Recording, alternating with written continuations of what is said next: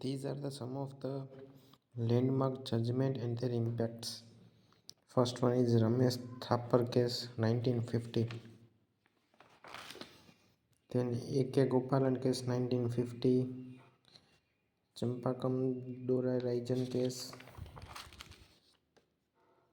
Shankarai Prasad case. Berubari Union case 1960. K.M. Nanavati case. I.C. Golaknath case 1967. Keswanand Bharti case 1973. Indira Gandhi case 1975. ADM Jabalpur case. Maneka Gandhi case. Bachchan Singh case 1980. Then Minerva Mills case 1980. Vaman Rao case. Shah Banu case 1985. Then D.C. Wadhwa case 1986. M.C. Mehta case 1986.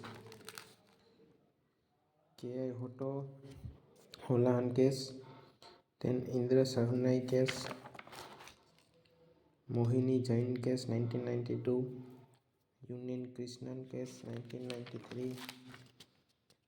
Supreme Court Advocates on Record Association case of 1993. S.R. Bommai case of 1994. Visakha case of 1997. Vinit Narayan case of 1997. Association for Democratic Reform case. T.M. Pai Foundation case.